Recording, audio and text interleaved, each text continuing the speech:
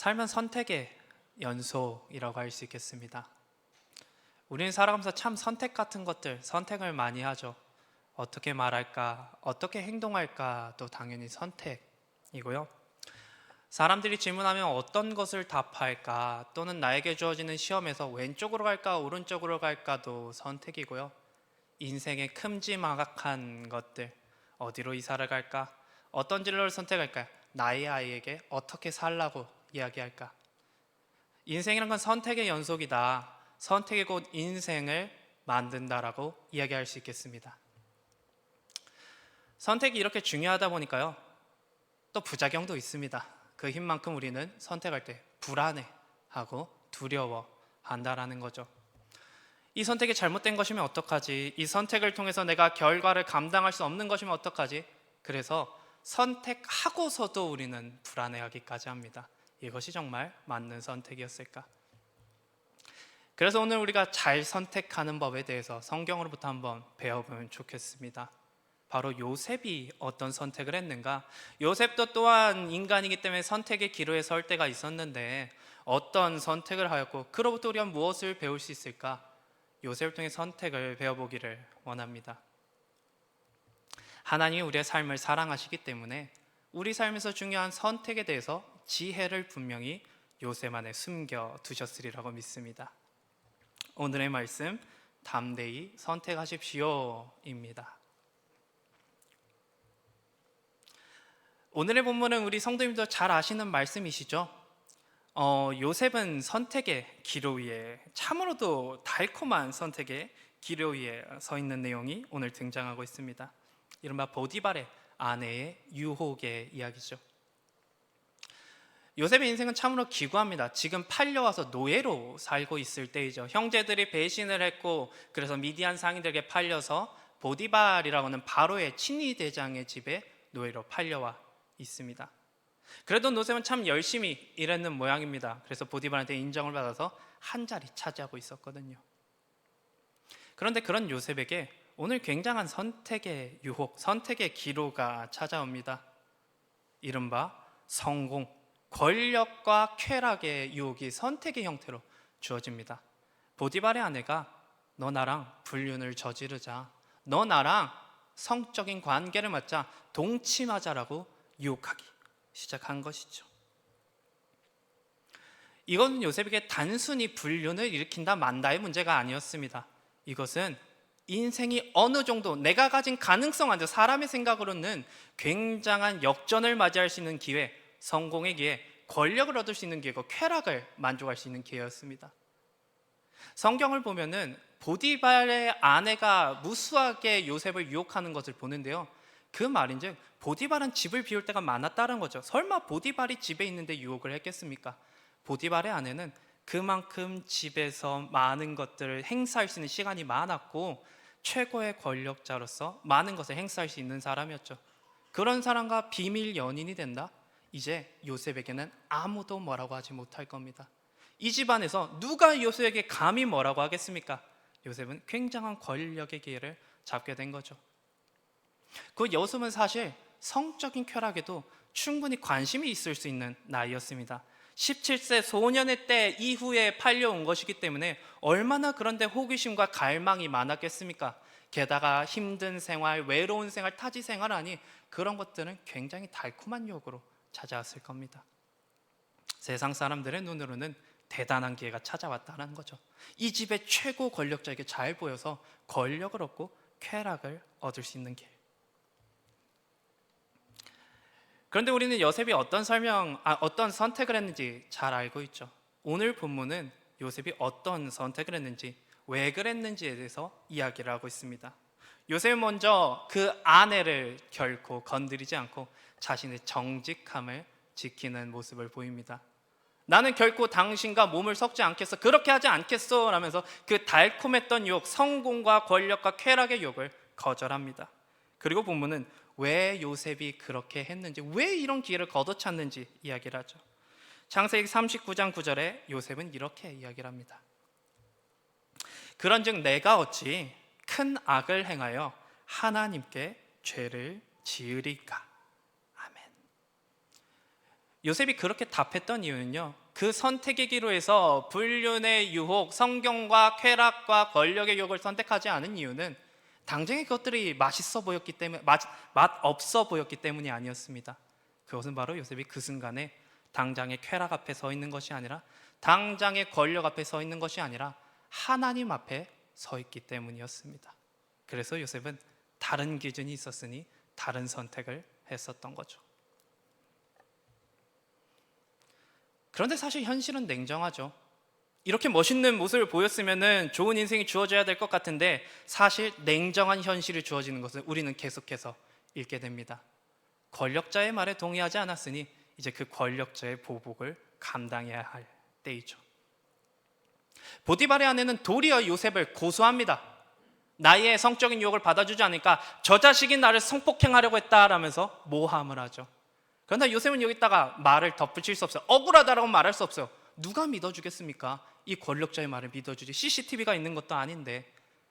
그래서 결국은 보디발의 분노를 사게 되고 요셉은 감옥에 갇히게 되죠. 요셉의 선택의 결과가 바로 이것이었습니다.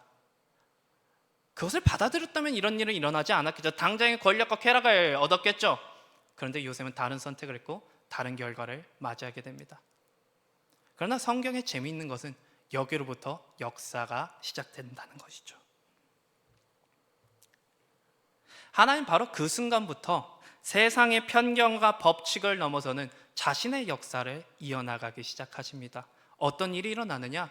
그 갇힌 감옥에서 요셉의 인생을 역전시켜줄 만한 인연을 만나게 하시죠. 그것은 바로 술 맡은 간원장과 떡 맡은 관원장이죠. 이들을 통해서 나중에 요셉은 어떤 일이 일어나냐? 왕의 신하였던 술 맡은 관원장이 자신의 자리가 회복되었을 때 요셉을 기억하여서 바로의 왕의 꿈을 풀이할 사람으로 요셉을 추천해서 그 앞에 세우게 됩니다. 그래서 요셉은 꿈을 해석하고 인정받아서 이집트의 총리가 되죠. 굉장한 성공이죠. 그런데 이것이 진정한 진짜 성공인 이유는 단순히 총리가 되어서이기 때문은 아닙니다. 총리가 됨으로써 인하여서 나중에 자신의 가나안 땅에 있는 형제들, 아버지, 어머니, 하나님의 백성들을 가뭄이 왔을 때 지킬 수 있는 힘을 갖게 되었다는 것. 그래서 그 가족들을 생명의 역사를 이어나갈 수 있는 중심이 되었다는 것. 그것이 요셉의 인생의 진정한 성취였죠.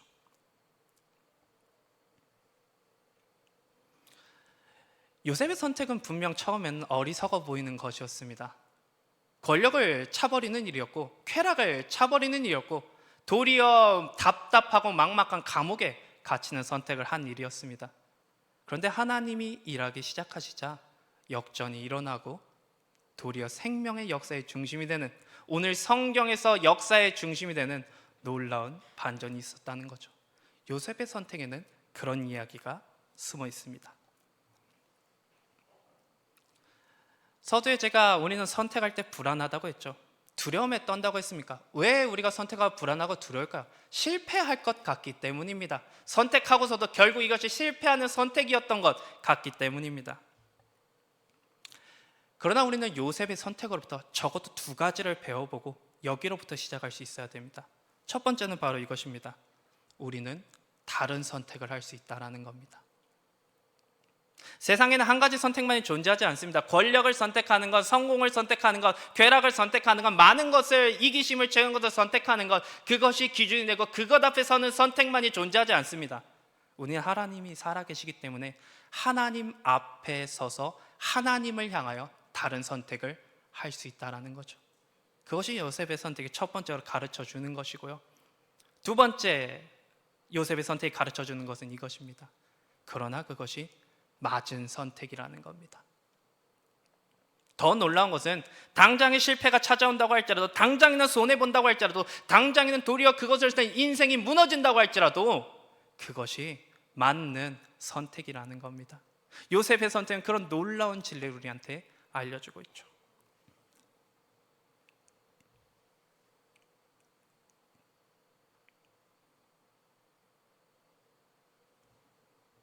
요셉은 이후에 자신의 험난했던 인생을 돌아봅니다. 그리고서는 이런 고백을 하죠. 창세기 50장 20절, 하나님은 그것을 선으로 바꾸사 오늘과 같이 많은 백성의 생명을 구원하게 하시려 하셨나니. 아멘. 하나님은 그것을 선으로 바꿨다라고 인생 전체로 돌아봤을 때 이렇게 요셉은 고백하고 있죠. 이것이 무슨 이야기일까요? 자신이 했던 선택 후회하지 않는다라는 겁니다. 자신이 했던 선택 가장 좋은 선택이었다는 것을 명확하게 깨닫는다는 겁니다. 하나님이 선으로 바꾸셨다. 그럴 만한 선택이었다. 내가 하나님을 선택한 것은 가장 잘한 선택이었다. 나는 찬양할 뿐이다라고 이야기를 한다라는 거죠. 우리의 삶이 불안할 때면, 선택하면서 두려울 때면 이 요셉의 선택을 기억하시기 바랍니다. 당장의 손해에 잡아먹히지 마시기 바랍니다. 당장의 불안함과 두려움에, 당장에 찾아오는 세상적인 실패에 이 선택이 맞는가 겁먹지 마시기 바랍니다. 우리는 다른 선택을 할 수 있고 그것이 하나님 앞에서 맞는 선택일 수 있습니다. 그러나 우리는 한 가지 질문이 떠오를 수 있죠. 요셉만 그런 거 아니야? 요셉의 인생만 운이 좋아가지고 그런 거 아니야? 요셉만 특별한 인물이니까, 하나님이 한 명 세운 거니까 요셉에게만 있는 반전 아니야? 나의 삶은 하나님을 선택한다고 해서 혹시 별거 아니라서 망하는 것은 아닐까? 나는 다르지 않을까라는 생각이 우리 마음 한켠에 붙잡는 것이죠. 그러나 단순히 요셉에게만 일어난 특별한 일은 아니다라고 저는 이야기하고 싶습니다. 왜냐하면 요셉이 이미 몸으로 깨닫고 있는 것, 우리가 성경 전체를 보면 깨달을 수 있는 이 선택에 숨어있는 두 가지 신학적 근본적 원리가 있기 때문이죠. 이 두 가지 원리를 덧붙이노니 우리가 더욱 우리의 선택에 담대함을 더해보면 좋겠습니다. 요셉의 선택에는 이런 원리가 숨어 있습니다. 첫째는 이것입니다. 하나님의 말씀과 역사가 영원하기 때문에 우리는 선택하고 담대도 좋다라는 겁니다. 하나님의 역사만이 영원한 역사가 되기 때문에 우리가 하나님을 선택했을 때 우리는 확신으로 두려워하지 않아도 된다라는 겁니다. 이사야 40장 8절은 이렇게 이야기를 합니다. 풀은 마르고 꽃은 시드나 우리 하나님의 말씀은 영원히 서리라 하라. 아멘. 인간의 역사가 어떻게 창조주의 역사보다 길 수 있겠습니까?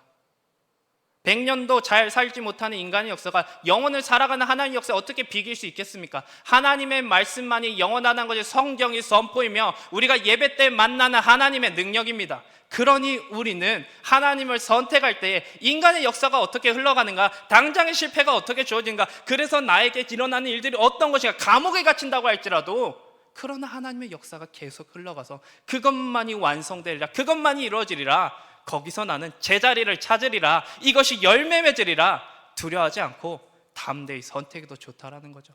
선택의 순간에 불안에 잡아먹히지 않아도 되고 오직 하나님을 선택했다면 자유해도 좋다라는 거죠. 요셉은 이것을 알고 있었어요. 왜? 꿈을 꿨기 때문이죠. 잡혀가기 전부터도 저기 보라, 저기 꿈꾸는 자가 웃는도다라고 요셉에게 조롱이 주어지죠.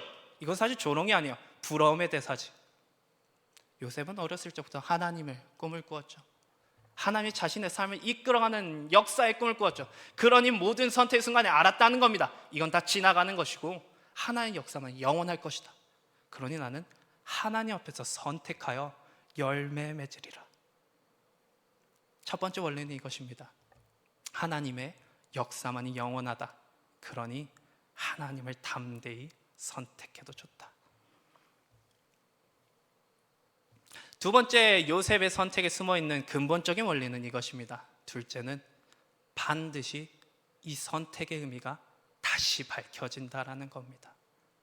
나의 선택의 의미가 때로는 무시당할 수 있겠죠. 때로는 과시당할 수 있겠죠. 때로는 의미 없는 멍청한 선택을 했다고 손가락질 받을 수 있겠죠. 그런데 그렇게 남지 않고 하나님을 향한 선택은 반드시 그 의미가 다시 밝혀진다라는 겁니다.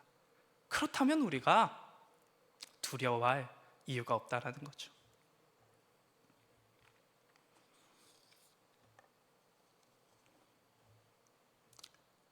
왜 하나님은 의미를 다시 밝혀주시느냐? 신실하신 분이시기 때문이죠. 우리를 사랑하사 의리를 지키시는 분이시기 때문이죠. 또 말씀에 명확하게 이야기를 했으니 기억하시겠다고, 기억하신 바를 말씀하시겠다고 하신 하나님이시기 때문입니다. 계시록 3장 5절은 이렇게 이야기를 합니다. 이기는 자는 이와 같이 흰 옷을 입을 것이요 내가 그 이름을 생명책에서 결코 지우지 아니하고 그 이름을 내 아버지 앞과 그의 천사들 앞에서 시인하리라. 하나님 결국 우리의 삶을 잊어버리지 않으십니다. 우리의 선택을 잊어버리지 않으십니다. 그래서 마지막 때 하나님의 역사가 완성되었을 때 그것은 사실 자랑스러운 것이었다. 그것은 사실 정결한 것이었다. 그것을 통하여 오늘 많은 생명이 일어났다면서 의미를 기억하시고 생명체 자신의 눈으로 본 것을 적으시고 하나님의 음성으로 말씀하여 주신다라는 겁니다. 의미는 다시 밝혀질 거예요. 세상 사람들이 조롱했다고 할지라도 때론 우리가 하나님을 선택하면 어떤 일이 일어나면요, 가장 가까운 사람이 나를 조롱할 때가 있습니다. 나의 가족이죠. 그건 잘못된 선택이었어. 그건 어리석은 선택이었어. 우리 가족이 이렇게 해서 손해보잖아. 그게 맞는 선택이 맞아? 오히려 가장 가까운 사람에게 우리는 흔들림을 당하고 내가 잘못된 선택을 했나 보다 라고 흔들린다는 거죠. 그러나 가장 가까운 사람까지 나에게 의심을 심어줄 때에도 겁먹지 말라는 겁니다. 흔들리지 말라는 겁니다. 하나님을 담대히 선택하고 자유하라는 겁니다. 왜? 잊혀지지 않을 것이기 때문에. 여기에 담겨져 있는 의미가 하나님이 기록하시고 반드시 말씀하여 주실 것이기 때문에 의미는 다시 하나님의 음성으로 들려질 것이기 때문입니다. 생각하는데 현재의 고난은 장차 다가올 영광과 비교할 수 없도다. 단순히 고난으로 남지 않습니다. 더 찾아올 큰 영광과 함께 다시 밝혀집니다. 우리가 이것을 기억한다면 선택해서 불안하고 두려워할 이유가, 하나님을 선택하고 불안하고 두려워할 이유가, 하나님을 선택하지 않음으로 인하여 우리가 두려움과 불안에 떨 이유가 없다라는 거죠.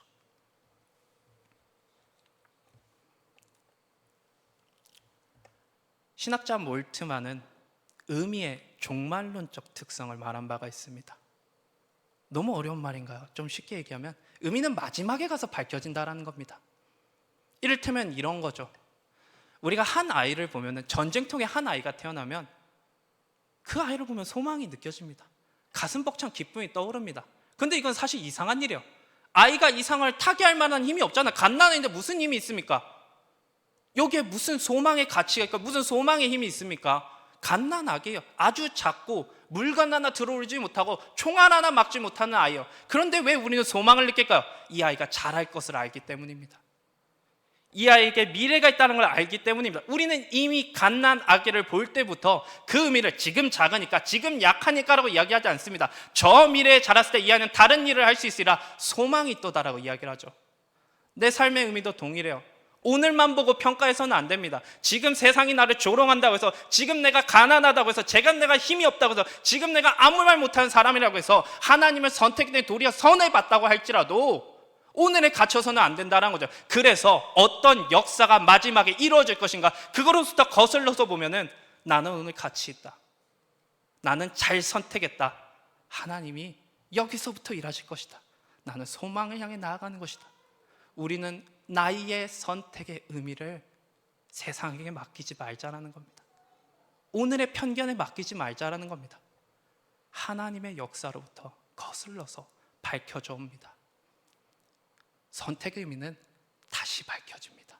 그러니 우리는 하나님을 선택했다면 담대히 나아가도 좋습니다.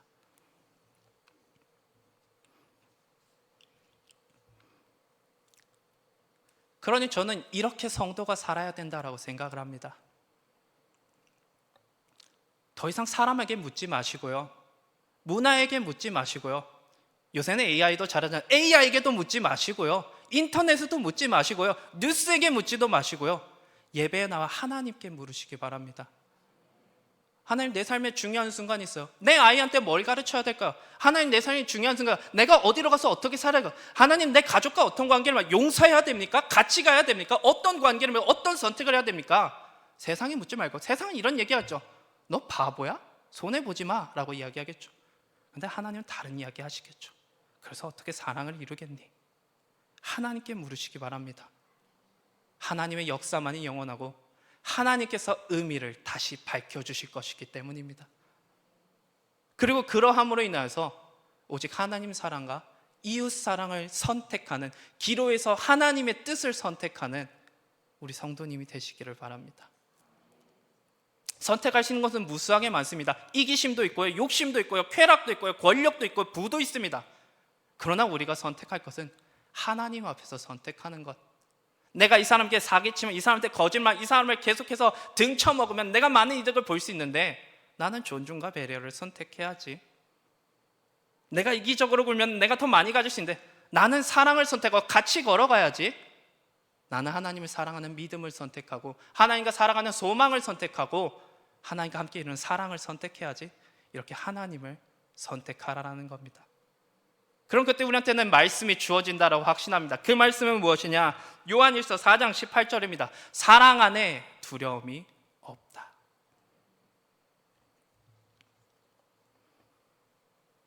사실 하나님이 우리를 먼저 선택하셨습니다. 우리가 하나님을 선택하는 게 아니라 하나님이 우리를 먼저 선택하셨어요.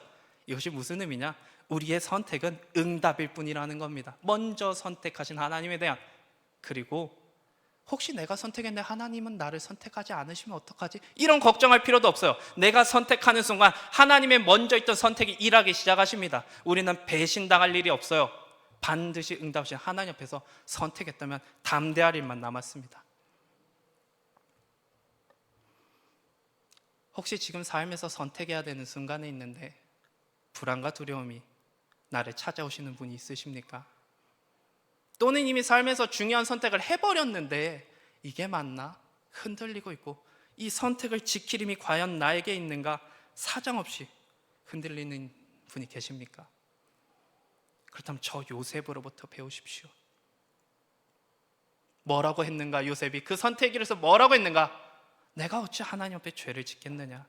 나는 지금 하나님 앞에서 선택하겠다.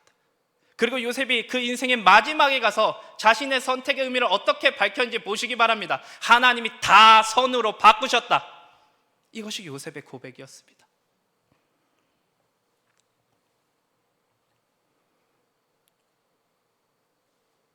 하나님의 역사가 영원한 것입니다. 하나님이 주시는 의미만이 참된 것입니다. 그러니 이제는 두려움과 불안에 사로잡히지 마시고 하나님을 담대히 선택하시고 자유하시기를 바랍니다. 더 이상 두려움이 우리를 주장할 수 없습니다. 하나님 안에 있다면 저 영원한 역사 의미가 우리의 몫이지 두려움은 우리의 몫이 아니기 때문입니다. 그러니 모든 선택을 해서 이제는 하나님을 선택할 이유를 알고 담대히 선택하고 자랑하는 여러분, 자유한 우리 성도님들 되시기를 축복합니다. 이사야의 선택, 아니 엘리야의 선택을 기억합니다. 나와 내 집은 여호와 하나님을 선택하겠노라. 그리스도인이란 잠깐의 어리석음으로 영원한 역사를 사는 자들입니다. 그리스도인들이란 잠깐의 막막함과 손해로 영원한 의미를 쟁취하는 자들입니다. 그러니 우리가 담대히 하나님을 선택합시다.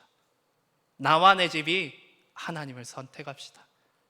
이것이 우리의 소망이요 우리의 몫입니다. 기도하겠습니다.